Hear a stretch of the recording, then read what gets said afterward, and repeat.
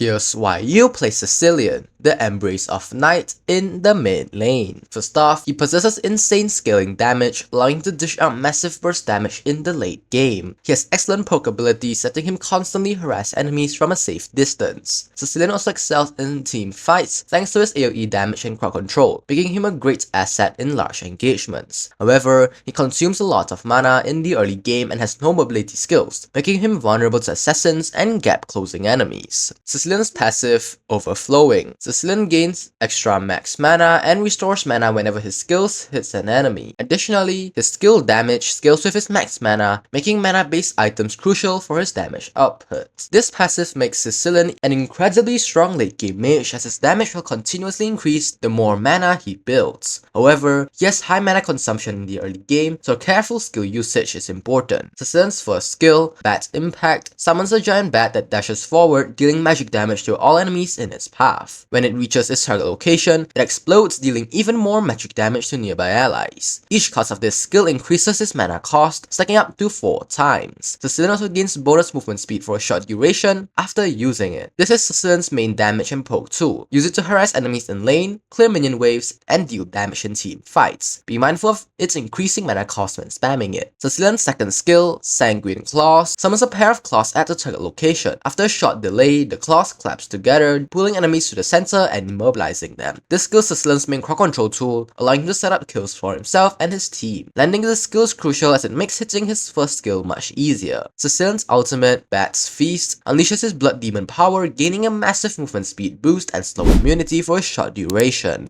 During this time, he fires blood bolts at nearby enemies, dealing continuous magic damage and slowing them. Each hit also restores his HP, giving him sustain in fights. This is Cecilion's best tool for survival and damage output in team fights. It allows him to deal burst damage while also keeping himself alive, so use it wisely as it has a relatively long cooldown. Cecilion has a special skill, Moonlit Waltz, which allows Carmilla, if she's nearby, to summon her and become a vermeil shadow around him, granting him a shield. Carmilla can dash forward, dealing magic damage and slowing enemies. You'll not use this skill a lot since you do need a Carmilla to accompany you in the game, so yeah, don't bother. A typical skill combo for Cecilion is to first start with his second skill to pull and immobilize enemies, follow up with first skill to deal massive damage, activate ultimate to slow enemies and sustain in fights, and spam first skill while ultimate is active for continuous burst. Moving on to builds, I usually build Demon Boots, Clock of Destiny, Glowing Wand, Wishing Lantern, Divine Glaive, and finally Winter Crown. These are the emblems that go along with this build. As for battle spells, the best spells for Cecilion in my opinion are Flame Shot, Flicker, or Purify. Flame Shot adds long range poke and can help finish off enemies, while Flicker helps reposition and escape from danger. Purify is also useful against crowd control heavy enemies. Cecilion dominates slow moving heroes and short range fighters such as Terizla and Bauman since they struggle to avoid his first skill and second skill. However, Cecilion's weak against high mobility assassins like Ling, Fanny, and Lancelot because they can dive onto him easily and burst him down before he can react. Cecilion works well with CC heavy tanks like Tigra and Minotaur as they can set up his second skill easily. He also synergizes well with Carmilla thanks to their special skill. You should max first skill first for poke and damage,